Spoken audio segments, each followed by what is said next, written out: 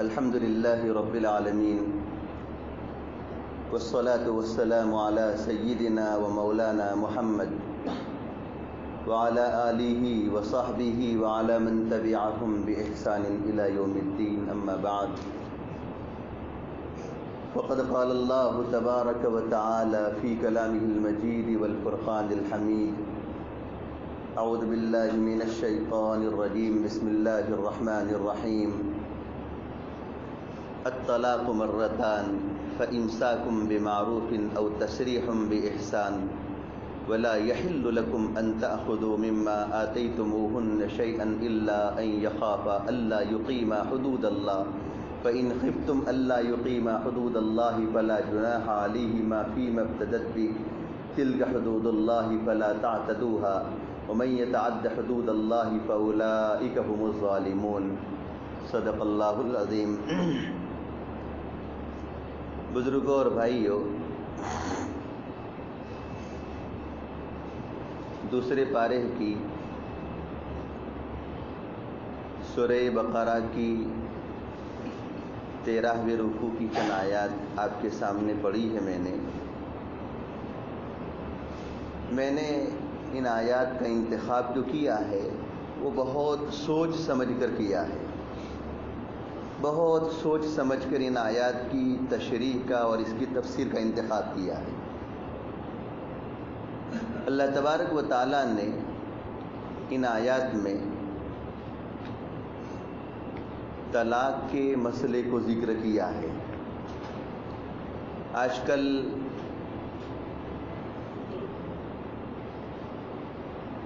حکومت کی طرف سے 3 طلاق کے مسئلے کو لے کر اسلام اور اہل اسلام کو بدنام کرنے کی ناکام کوششیں کی جا رہی ہیں، اور سپریم کورٹ میں یہ مقدمہ جمعیت علماء ہند اور مسلم پرسنل لا بورڈ کی طرف سے لڑا بھی جا رہا ہے۔ وہ تو ہمارے سامنے ہیں، لیکن مسئلے کی وضاحت میں ضروری سمجھتا ہوں۔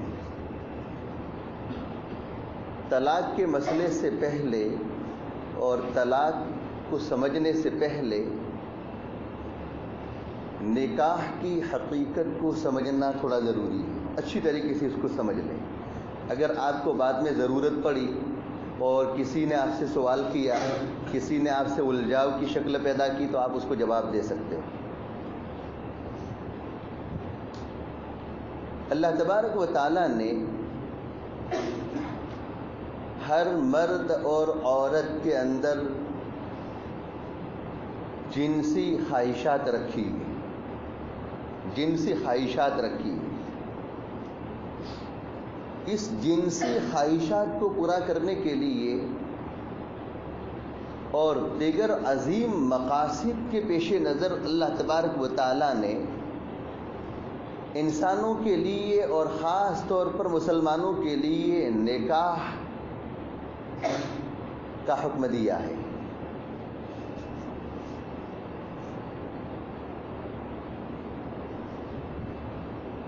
اس میں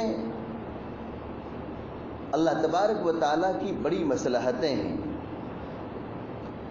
ایک مصلحت تو میں نے آپ کے سامنے ذکر کی کہ ہر مرد اور عورت کے اندر جنسی خواہشات ہوتی ہیں، اگر ان خواہشات کو پورا کرنے کے لیے ان کو آزاد چھوڑ دیا جائے گا تو اس صورت میں بڑے مفاسد پیدا ہو جائیں گے۔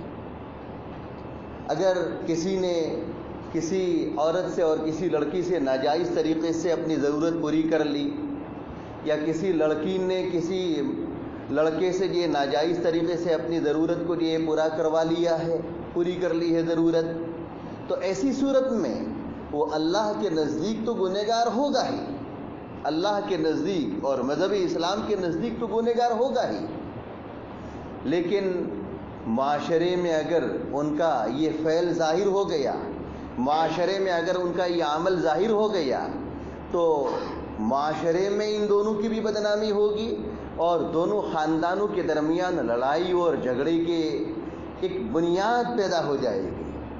دونوں خاندان، لڑکی اور لڑکے، دونوں خاندانوں کے درمیان لڑائی جھگڑے کی بنیاد یہ پیدا ہو جائے گی۔ اس لیے اللہ تبارک و تعالیٰ نے اور مذہب اسلام نے جائز طریقے سے ہر مرد اور عورت کی جنسی خواہش کو پورا کرنے کے لیے نکاح کا حکم دیا ہے. اور نکاح جو ہوتا ہے وہ وقتی طور پر، عارضی طور پر، ٹیمپرواری نہیں ہوتا ہے، بلکہ اللہ تبارک و تعالیٰ کی طرف سے ایک عظیم نعمت ہے. اس کو اچھی طریقے سے سمجھو. اللہ تعالیٰ نے قرآن مجید میں اپنی کئی نعمتوں کے تذکرے فرمائے ہیں. آسمان سے پانی برسانے کا تذکرہ فرمایا ہے، پانی برسا کر زمین سے جو ہے وہ باغات کے اگانے اور پھلوں کے پیدا کرنے، اور اسی طریقے سے جو ہے طرح طرح کی چیزوں کے اگانے کی نعمتوں کا تذکرہ فرمایا ہے. کئی جگہوں پر کئی آیات میں اللہ تبارک و تعالیٰ نے اپنی بے شمار نعمتوں کا تذکرہ فرمایا ہے. ان نعمتوں کے تذکرے کے پیرائے میں اللہ تبارک و تعالیٰ نے نکاح کی نعمت کا بھی ذکر فرمایا ہے کہ ہم نے تم کو جو ہے جوڑا عطا کیا، اور ہم نے تم کو رشتئی ازدواج اور میاں بیوی کے جوڑے میں ہم نے تم کو جوڑ دیا. یہ اللہ تبارک و تعالیٰ نے نعمت کے پیرائے میں ذکر فرمایا ہے. سسرالی رشتہ عطا فرمایا اور زوجیت کا رشتہ عطا فرمایا، میاں بیوی کا رشتہ عطا فرمایا، سسرالی رشتہ عطا فرمایا. اور یہ اتنی بڑی نعمت ہے کہ آپ اندازہ لگائیں کہ ایک لڑکا اجنبی ہے، ایک لڑکی اجنبی ہے، دونوں کے درمیان کوئی تعلقات نہیں ہے، کوئی تعلقات ہوتے؟ کوئی تعلقات نہیں ہے. منگنی سے پہلے اور نکاح سے پہلے دونوں کے درمیان اجنبیت کا تعلق تھا، کوئی تعلق نہیں تھا. لیکن جیسے ہی یہ مسجد میں آئے اور مسجد میں امام صاحب نے اور قاضی صاحب نے یہ نکاح پڑھایا اور کہا یہ کہ میں نے جو ہے فلاں بنت فلاں کو اتنے روپیے مہر کے عوض ہے فلاں وکیل کی وکالت سے اور شاہدین کی شہادت سے آپ کے نکاح میں بیوی اور زوجہ بنا کر دیا، کیا آپ نے اس کو نکاح میں قبول کیا؟ انہوں نے کہا کہ میں نے نکاح میں قبول کر لیا. بس یہ نکاح میں قبول کر لیا، اس سے یہ کیا ہوا؟ دونوں کے درمیان میاں بیوی کا رشتہ پیدا ہو گئے. پہلے دونوں اجنبی تھے اور دونوں کے درمیان کوئی تعلق نہیں تھا، لیکن میاں بیوی کے رشتے میں جڑنے کے بعد اب دیکھیے ایک دوسرے کے غم و خوشی کے اندر شریک ہو جاتے ہیں. اگر شوہر بیمار ہوتا ہے تو بیوی بے چین ہو جاتی ہے، بیوی بیمار ہوتی ہے، شوہر شوہر جی کیا ہے بیچارہ وہ بے چین ہو جاتا ہے. اگر بیوی کے گھرانے میں سے کوئی فرد بیمار ہوتا ہے تو لڑکے کے گھرانے والے بیچارے بالکل بے چین ہو جاتے ہیں. ادھر والے اگر یہ وہ بیمار ہوتے ہیں تو ادھر والے بے چین ہو جاتے ہیں. گویا کہ میاں بیوی کے رشتے میں جڑنے کی وجہ سے دونوں کا خاندان بھی آپس میں ایک دوسرے کے ساتھ یہ محبت کرنے لگا اور ایک دوسرے کے دکھ سکھ کے اندر شریک ہونے لگا. یہ ہے کہ نعمت؟ اور اگر یہ نہ ہو تو ہمارے پڑوس میں اگر کوئی بیمار ہو تو ہمیں پوچھنے جانے کے لیے بھی فرصت نہیں ہوتی ہے. اگر یہ میاں بیوی کا رشتہ نہ ہوتا تو ہمارے پڑوس میں اگر کوئی آدمی بیمار ہو تو اس کی بیمار پرسی کے لیے جانے کا بھی ہمارے پاس وقت نہ ہو. لیکن میاں بیوی کے رشتے میں جڑنے کے بعد اگر ایک یہاں یہ گجرات میں رہتا ہے اور دوسرا کلکتے میں رہتا ہے یا لکھنؤ میں رہتا ہے یا دلی میں رہتا ہے اور وہاں اگر کوئی بیمار ہے تو فلائٹ کے ذریعے جو ہے 2 گھنٹے میں وہاں پہنچ جائے گا. کیوں کہ بھئی میری سانس بیمار ہے، میرے خسر بیمار ہے اور میری جو ہے وہ میری بیوی کی جو ہے وہ پھوپھی بیمار ہے.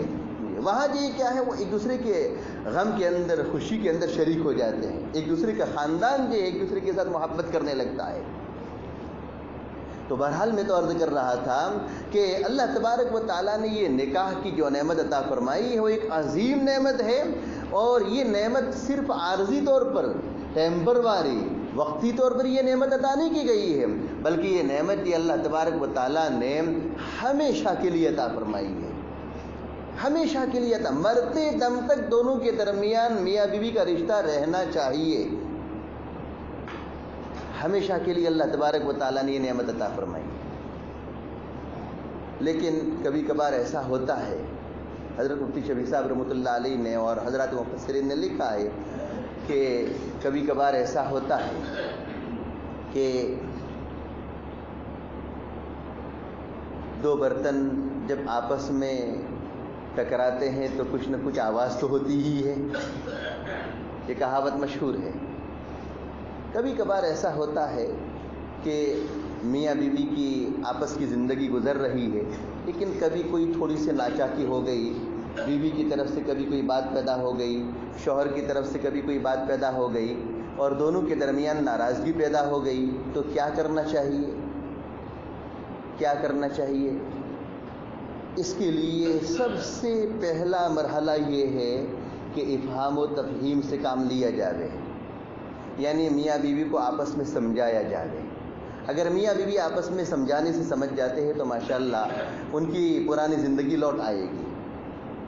تھوڑی تنبیہ کی جاوے، سمجھانے سے نہیں سمجھتے ہیں تو دوسرا مرحلہ تنبیہ کا ہے، تھوڑا ان کو ڈانٹ ڈپٹ کر ان کو لائن پر لانے کی کوشش کی جاوے۔ کون کرے گا؟ ادھر سمجھے اس کے ماں باپ کریں گے۔ لیکن اس سے بھی اگر معاملہ کنٹرول میں نہیں آتا ہے تو قرآن مجید میں ایک تیسرا مرحلہ اللہ تبارک و تعالیٰ نے ذکر فرمایا ہے کہ فَبْعَثُوا حَكَمًا مِّنْ أَهْلِهِ وَحَكَمًا مِّنْ أَهْلِهَا، کہ ثالث بنا کر بھیجو، کوئی تھرڈ پارٹی کو بھیجو، لڑکی کی طرف سے، لڑکی کے رشتہ داروں کی طرف سے کچھ ایک آدھ تو آدمی آ جاوے، لڑکے کی رشتہ دار اور اس کے خاندان کی طرف سے ایک آدھ تو آدمی آ جاوے، اور وہ خاندان کے آدمی آپس میں مل کر اس معاملے کو سلجھانے کی کوشش کریں۔ ناچاکی ہوتی ہے، لیکن ناچاکی ہونے کے بعد پھر فوراً شریعت نے طلاق کا حکم نہیں دیا ہے کہ اللہ تبارک و تعالیٰ نے اتنی عظیم نعمت عطا فرمائی تھی، نکاح جیسی عظیم نعمت عطا فرمائی تھی اور اس کو ایک بول کے ذریعے تم اس کو ختم کر دو۔ نہیں، بلکہ ان کو پہلے سمجھاؤ، افہام و تفہیم سے کام لو۔ افہام و تفہیم سے کام لینے کے بعد اگر کام چل جاتا ہے تو ٹھیک ہے، نہیں تو ان کو تھوڑا جھڑکو، تھوڑی تنبیہ کرو، ڈانٹو ڈپٹو ان کو۔ اگر اس سے بھی کام چل جاتا ہے تو ٹھیک ہے، اس سے کام اگر نہیں چلتا ہے تو پھر دونوں خاندان کے کچھ سمجھدار قسم کے لوگوں کو تیار کرو، اور سمجھدار قسم کے لوگوں کو تیار کر کے کیا کرو، ان کی ایک میٹنگ بٹھاؤ۔ لڑکی کے خاندان والے آئیں گے اور وہ اس کی بات سنیں، لڑکے کے خاندان والے آئیں اس کی بات سنیں، اور آپس میں میٹنگ کر کے بیٹھ کر معاملے کو سلجھانے کی کوشش کریں حتی الامکان۔ اللہ تبارک و تعالیٰ نے یہ نعمت جو عطا فرمائی ہے، اس نعمت کو ضائع نہ ہونے دے، اس نعمت کو ختم نہ ہونے دے، بلکہ نعمت کو باقی رکھنے کی کوشش کریں، اس نعمت کو باقی رکھنے کی کوشش کریں۔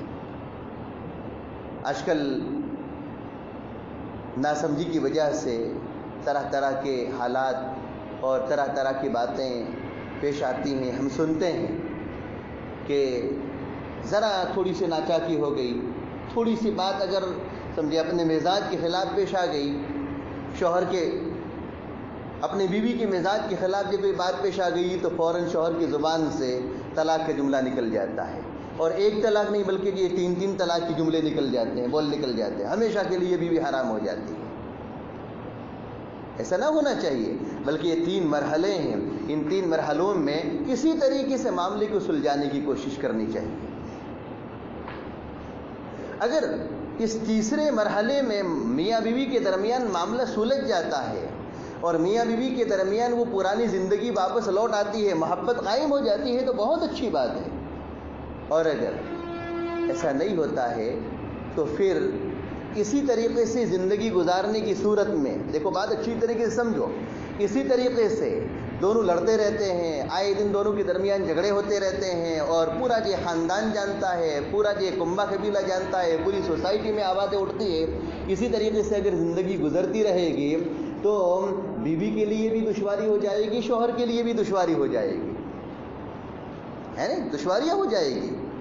اس لیے پھر شریعت نے، مذہب اسلام نے، اللہ تبارک و تعالیٰ نے ایک پہلا حکم دیا ہے، پہلا حکم دیا ہے کہ بھئی اس طریقے سے اگر تمہاری زندگی نہیں گزرتی ہے، صحیح انداز سے تمہاری زندگی واپس نہیں لوٹتی ہے، اور اسی حال میں رہنے کی وجہ سے تمہاری زندگی اجیرن بنی ہوئی ہے، اور تمہارے درمیان یہ ناچاکیاں پیدا ہو گئی ہے، اور تمہارے درمیان عداوت و دشمنی پیدا ہو گئی ہے، جس کی وجہ سے میاں بیوی کے رشتے میں کوئی مزہ باقی نہیں رہا ہے، تو پھر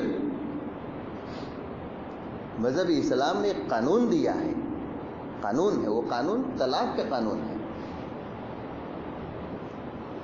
زمانے جاہلیت میں کیا ہوتا تھا؟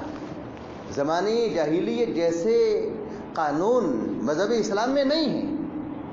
زمانے جاہلیت میں ہوتا یہ تھا کہ ایک مرتبہ اگر کسی نے کسی کو اپنی بیوی بنا کر لے لیا ہے، پھر دونوں کے درمیان یہ چاہے کیسے ہی حالات پیش آوے، دونوں کے درمیان جدائی نہیں ہوتی تھی، جدائی نہیں ہوتی تھی، رکھنا پڑتا تھا، ایسا ہوتا تھا۔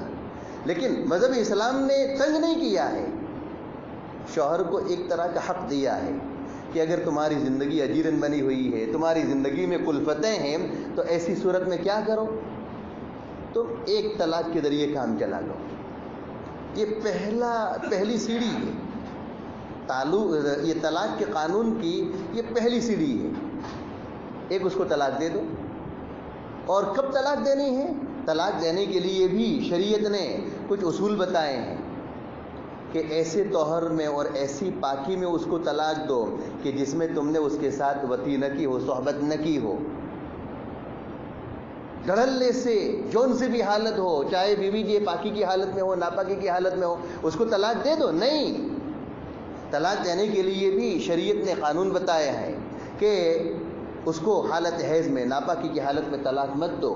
کیوں؟ اس لیے کہ حیض کی حالت میں طلاق دو گے تو ایسی صورت میں اس کی عدت لمبی ہو جائے گی، اس لیے کہ جس حیض میں اس کو طلاق دی گئی ہے وہ تو شمار ہونے والا نہیں ہے، وہ تو شمار نہیں ہوگا۔ اس کے بعد پاکی آئے گی، وہ پاکی بھی شمار نہیں ہوگی۔ اس کے بعد جو حیض آئے گا اس میں جو کیا ہوگا، اس کی عدت شمار ہوگی، اس کی عدت لمبی ہو جائے گی، بیچاری کی اس کی عدت لمبی ہو جائے گی۔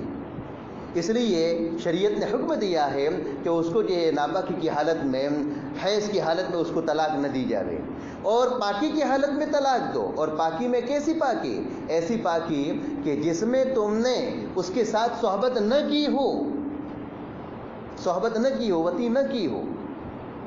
کیوں؟ اس لیے کہ ایک مرتبہ وطی کر لی ہے پاکی کی حالت میں تو گویا کہ شوہر کی ضرورت پوری ہو گئی ہے۔ اب شوہر کی ضرورت پوری ہو گئی ہے اور طلاق پر اقدام کرے گا تو اس صورت میں اس پر الزام آ سکتا ہے کہ دیکھو طہر کی حالت میں اپنی ضرورت پوری کر لی، اپنی ضرورت پوری ہو گئی تو اب طلاق دے دے۔ کہا کہ نہیں، سمجھے، طہر کی حالت میں جب کہ شوہر کو واقعی اس کی ضرورت ہوتی ہے، اس کو جو صحبت کی اور وطی کی ضرورت ہوتی ہے، لیکن اس کے باوجود بھی یہ شخص اپنی بیوی کو طلاق دینے پر اقدام کر رہا ہے، معلوم یہ ہوا کہ اس کو واقعی ضرورت ہے، تب جا کر وہ کیا کر رہا ہے، طلاق پر اقدام کر رہا ہے۔ اس لیے سمجھے ایسے طہر میں اس کو طلاق دینے کا حکم دیا ہے کہ جس میں اس کے ساتھ صحبت نہ کی گئی ہو۔ پھر دیکھو اس کے بعد عدت کا مرحلہ آتا ہے۔ اگر شوہر کو ناراضگی ہو جاوے، بیوی معافی مانگ لے، بیوی کی طرف سے اگر کوئی قصور تھا، کوئی اس کی طرف سے کچھ حد تجاوزی ہوئی تھی، کچھ زیادتیاں ہوئی تھی، اس نے معافی مانگ لی۔ شوہر کو اگر یہ کیا ہے سمجھے ناراضگی تھی اور شوہر کو سمجھے بعد میں اس کا احساس ہوا، احساس کے بعد اگر وہ عدت کے اندر رجوع کرنا چاہے تو رجوع کرنے کا حق دیا گیا ہے۔ دیکھو اس کو بالکل نکاح سے نکالا نہیں ہے، بلکہ جب تک عدت نہیں گزری ہے وہاں تک وہ جو ہے ابھی نکاح میں باقی ہے۔ اگر رجوع کرنا چاہے، واپس لینا چاہے تو واپس لے سکتا ہے نکاح میں۔ اگر ایک طلاق دے دی ہے، دوسری طلاق دینے کی ضرورت پڑی ہے تو دوسری جو طلاق بھی سمجھے واقعی ضرورت ہو تو دے سکتا ہے۔ صریح الفاظ میں، صاف لفظوں میں اگر طلاق دی گئی ہے تو وہ طلاق رجعی کہلائے گی، اور جب تک عدت نہیں گزری ہے وہاں تک وہ رجوع کرنا چاہے تو رجوع کر سکتا ہے۔ دیکھو یہ میں نے پورا آپ کے سامنے بیک گراؤنڈ ذکر کیا ہے، آپ کے سامنے پوری تمہید اور تفصیل ذکر کی ہے، اس سے آپ کو سمجھ میں آئی ہوگی بات کہ طلاق جو شریعت نے قرآن مجید میں ذکر فرمائی ہے اور شوہر کو طلاق کا جو اختیار دیا ہے وہ اس بنیاد پر نہیں دیا ہے کہ عورت کے اوپر ظلم ہے، بلکہ دونوں کے درمیان جو ناچاکیاں پیدا ہو گئی تھی، دونوں کے درمیان جو محبت قائم نہیں رہی تھی، اب اسی طریقے سے زندگی گزارنے کی صورت میں شوہر کے لیے بھی تکلیف ہے، اور عورت کو طلاق نہیں دو گے تو وہ دوسرا نکاح بھی نہیں کر سکتی ہے، دونوں کے لیے تکلیف ہے۔ اس لیے بدرجہ مجبوری شریعت نے شوہر کو طلاق کی اجازت دی ہے۔ اور دیکھو طلاق کا اختیار شوہر کو دیا گیا ہے، شریعت نے طلاق کا اختیار شوہر کو دیا ہے، عورت کو نہیں دیا ہے۔ کیوں؟ اس لیے کہ شوہر سمجھدار ہوتا ہے، وہ اپنی جو سمجھ سے کام لے سکتا ہے، وہ اپنی سوجھ بوجھ سے کام لے سکتا ہے، معمولی چھوٹی چھوٹی باتوں پر وہ طلاق کا اقدام نہیں کرے گا، معمولی چھوٹی چھوٹی باتوں پر طلاق کا اقدام نہیں کرے گا، وہ انگیز کرے گا، اس کو برداشت کرے گا، وہ سمجھدار ہوتا ہے۔ عورت کے مقابلے میں مرد کی عقل پختہ ہوتی ہے، اور مرد کے مقابلے میں عورت کی عقل آدھی ہوتی ہے۔ اسی وجہ سے تو دیکھیے گواہی میں جب ضرورت پڑتی ہے تو اگر 2 مرد ہو تو 2 مردوں کی گواہی چل جاتی ہے، لیکن 2 مرد نہ ہو تو اس صورت میں 1 مرد اور 1 عورت کی گواہی نہیں چلے گی، بلکہ 1 مرد کے ساتھ کیا چاہیے، سمجھے 2 عورتیں چاہیے۔ معلوم یہ ہوا کہ 2 عورتوں کی عقل مل کر ایک مرد کی عقل کے برابر ہے۔ اس لیے طلاق دینے کا جو اختیار دیا ہے وہ شوہر کو دیا گیا ہے، تاکہ وہ سمجھداری سے کام لے، وہ سوچے سمجھے کہ واقعی طلاق دینے کی ضرورت ہے یا نہیں ہے۔ گھر میں نمک ختم ہو گیا اور مرچ ختم ہو گئی اور چائے پتی ختم ہو گئی، تو کیا یہ ہے مرد اور یہ شوہر کی بیوی کو طلاق دے دے؟ نہیں، ایسا تو ہوتا ہے۔ اس بنیاد پر کہ تم نے پہلے مجھے اطلاع کیوں نہیں کی، مجھے جو ہے جاب کے لیے جانا ہے اور مجھے جو ہے اپنی ملازمت کے لیے جانا ہے، چائے پتی نہیں ہے، چائے کیسے بناؤ گے، میں چائے پیے بغیر کیسے جا سکتا ہوں؟ طلاق پر اقدام نہیں کرے گا۔ لیکن عورت کی عقل ناقص ہوتی ہے، اگر طلاق کا اختیار اگر بجائے مرد کے اگر عورت کو دیا جاتا تو اس صورت میں وہ چھوٹی چھوٹی باتوں پر اپنے شوہر کو طلاق دے دیتی، چھوٹی چھوٹی باتوں پر وہ شوہر کو طلاق دے دیتی اور کہتی کہ جو ہے آج تم نے جو ہے مرچ کا انتظام نہیں کیا ہے لہذا تم کو طلاق دی۔ آج یہ کیا ہے تو دوسرا روزہ ہے اور دوسرے روزے کے موقع پر جو ہے تم نے کیا کیا ہے، کوئی افطاری کا انتظام نہیں ہے، جاؤ تم کو طلاق آج۔ بیچارے افطاری کے وقت کہاں جائے گا وہ؟ اس لیے سمجھے طلاق کا اختیار جو ہے شریعت نے مرد کو دیا، وہ سمجھ کر کام لے گا، سوچ کر سمجھ کر وہ کام لے گا، اختیار عورت کو نہیں دیا ہے، ورنہ چھوٹی چھوٹی باتوں پر طلاق ہو جاتی ہے، چھوٹی چھوٹی باتوں پر یہ دونوں کے درمیان جدائی ہو جاتی ہے۔ لیکن یاد رکھو، جہاں شریعت نے مرد کو شوہر کو طلاق کا اختیار دیا ہے، تو آج کل سوشل میڈیا اور غیروں کی طرف سے ایک ہوا کھڑا کیا گیا ہے کہ مذہب اسلام میں عورت کے ساتھ مساوات اور برابری کا تعلق نہیں ہے۔ اسلام نے مرد کو تو طلاق کا اختیار دیا ہے، لیکن عورت کو طلاق کا اختیار نہیں ہے، بیچاری جو ہے وہ مجبوری محض ہو کر رہتی ہے۔ نہیں، ایسی بات نہیں ہے، شوہر کو طلاق کا اختیار دیا ہے تو عورت کو یہ خلا کا بھی اختیار دیا ہے، عورت کو خلا کا اختیار دیا ہے۔ خلا کسے کہتے ہیں؟ خلا یہ ہے کہ عورت اپنے شوہر سے پیشکش کرے گی، یا حکومت وقت کا جو قاضی ہوگا، جو شرعی قاضی ہوگا، اس شرعی قاضی کے سامنے جا کر، یا شرعی قاضی نہیں ہے تو گاؤں کے جو سمجھدار قسم کے لوگ ہوں گے ان کے پاس جا کر اپنے شوہر کی شکایت درج کروائے گی۔ گاؤں کا جو مفتی ہوگا، قاضی ہوگا، اس کے پاس جا کر اپنی شکایت درج کروائے، یہ کہے کہ میرے شوہر کی طرف سے مجھ پر زیادتیاں ہو رہی ہے، ظلم ہو رہا ہے، اور میں اب تک سہتی آئی ہوں، برداشت کرتی چلی آئی ہوں، لیکن اب مجھ سے برداشت نہیں ہوگا۔ قاضی کے سامنے اپنا مقدمہ پیش کرے گی، مقدمہ پیش کرنے کے بعد جو ہے اپنے شوہر کی ساری شکایتیں پیش کرے گی اور یہ کہے گی کہ دیکھو میں اپنے شوہر کے نکاح میں اور اس کی زوجیت میں رہنا پسند نہیں کرتی ہوں، لہذا آپ میرے اور اس کے درمیان جدائی کروا لیجیے، آپ میرے اور اس کے درمیان جدائی کروا لیجیے۔ تو شوہر کو طلاق کا اختیار دیا ہے، وہ شوہر طلاق دے سکتا ہے، تو بیوی کو جو ہے یہ بھی اختیار دیا گیا ہے کہ وہ حکومت وقت کا جو قاضی ہوگا اور جو مفتی ہوگا اور جو یہ کیا ہے سمجھدار آدمی ہوگا، اس کے پاس جا کر اپنا مقدمہ پیش کرے گی، اور مقدمہ پیش کرنے کے بعد یہ کیا ہے اپنے شوہر کی شکایت درج کروا کر اس سے وہ طلاق لے سکتی ہے، دونوں کے درمیان وہ جدائی سمجھے قاضی کر سکتا ہے۔ اب شوہر اگر طلاق نہیں بھی دے گا، شوہر کی زبان سے اگر طلاق کے جملے نہیں بھی نکلے ہیں، تب بھی وہ قاضی نے دونوں کے درمیان جدائی کا فیصلہ کر لیا ہے، جدائی ہو جائے گی۔ دیکھو کہاں یہ ظلم ہے۔ لوگ کہتے ہیں کہ یہ شوہر کو طلاق کا اختیار دیا ہے اور عورت کو کچھ بھی نہیں دیا ہے۔ ارے عورت کو بھی اختیار دیا ہے۔ تو بہرحال میں تو عرض کر رہا تھا کہ یہ طلاق کا پہلا مرحلہ ہے، ایک طلاق سے کام چلا لے۔ اگر ایک طلاق سے کام چل گیا ہے تو ٹھیک ہے، سمجھے شوہر عدت کے اندر رجوع کرنا چاہے رجوع بھی کر سکتا ہے, اور رجوع نہیں کرنا چاہے اور عدت پوری گزر گئی ہے تو شوہر دوسرا نکاح کر لے, اور عدت گزرنے کے بعد یہ ہے بیوی دوسرا نکاح کر لے. 2 طلاق اگر دی ہے تب بھی عدت کے اندر رجوع کرنا چاہے رجوع کر سکتا ہے. عدت گزرنے کے بعد اگر سمجھے دونوں کے درمیان جدائی ہو جاوے, دوسری نکاح کرنا چاہے نکاح کر سکتے ہیں. دیکھو یہ 2 سمجھے طلاق ہے. الطلاق مرتان میں نے پڑھا ہے, الطلاق مرتان, طلاق 2 ہیں. فَإِمْسَاكُمْ بِمَعْرُوفٍ أَوْ تَسْرِيحٌ بِإِحْسَانٍ, کہہ رہے کہ پھر دستور کے مطابق یا تو روکے رکھنا ہے. عدت کے اندر اگر آپ کو احساس ہوا, اپنی غلطی کا احساس ہوا, تو عدت کے اندر رجوع کرنا چاہو رجوع بھی کر سکتے ہو. امساک رجوع کر لو, سمجھے. او تسریح باحسان, یا ہے کہ بھلائی کے ساتھ چھوڑ دو. خواہ یہ کیا ہے, سمجھے, اس کو طلاق دو رجوع کرو, طلاق دو رجوع کرو, ایسا مت کرو. عدت لمبی ہو جائے گی, عدت لمبی ہو جائے گی. اور یہ دیکھو صرف 3 طلاق تک اختیار دیا گیا ہے کہ 3 طلاق تک تم کام چلا سکتے ہو. شریعت نے سمجھے آگے یہ نہیں کہا ہے کہ تم طلاق دیتے رہو رجوع کرتے رہو, طلاق دیتے رہو رجوع کرتے رہو. اگر ایسا کرتے رہیں گے تو اس صورت میں اس بیوی کی بیچارے کی عدت کبھی بھی پوری نہیں ہوگی, کبھی بھی عدت پوری نہیں ہوگی. اس لیے جو اختیار دیا ہے وہ صرف یہ 3. اب دیکھیے تیسری طلاق کا ذکر آگے ہے. اب سمجھے لوگ یہ کہتے ہیں کہ تیسری طلاق یا 3 طلاق کا ذکر قرآن میں کہا ہے. ارے قرآن میں ہے, لیکن اس کا مطلب یہ نہیں ہے کہ کوئی شوہر اپنی بیوی کو تیسری طلاق بھی دے دے. ضرورت پڑنے پر 1 طلاق سے کام چلا لے, اگر ضرورت پڑی ہے 2 طلاق سے کام چلا لے. تیسری طلاق کا اختیار سمجھے شوہر کو دیا تو گیا ہے, لیکن حتی الامکان اس طلاق کو اختیار نہ کرے, اس طلاق کو جو ہے نہ اپنائے,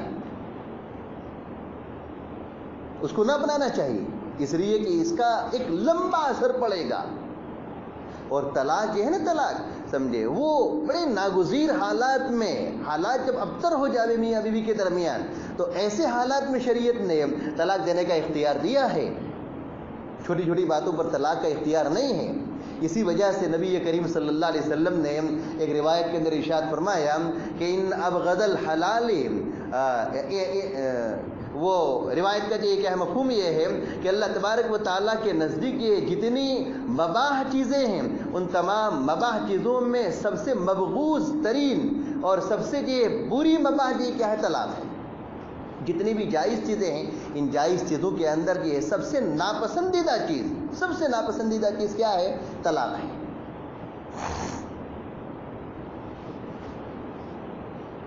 اب کسی آدمی نے جذبات سے مغلوب ہو کر, شوہر نے جذبات سے مغلوب ہو کر تیسری طلاق کا اقدام کر لیا ہے, تیسری طلاق دے دی ہے, تو اب تو بیوی نکاح سے نکل گئی.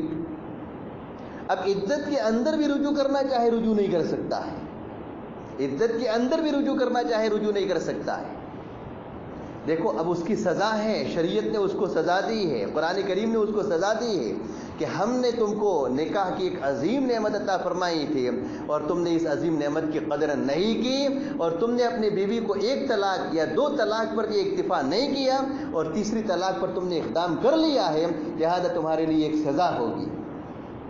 تمہارے لیے سزا کیا ہوگی کہ عدت کے اندر رجوع کرنا چاہو رجوع نہیں کر سکتے ہو, عدت کے اندر رجوع کرنا چاہو رجوع نہیں کر سکتے ہو. اب عدت گزر جانے دو.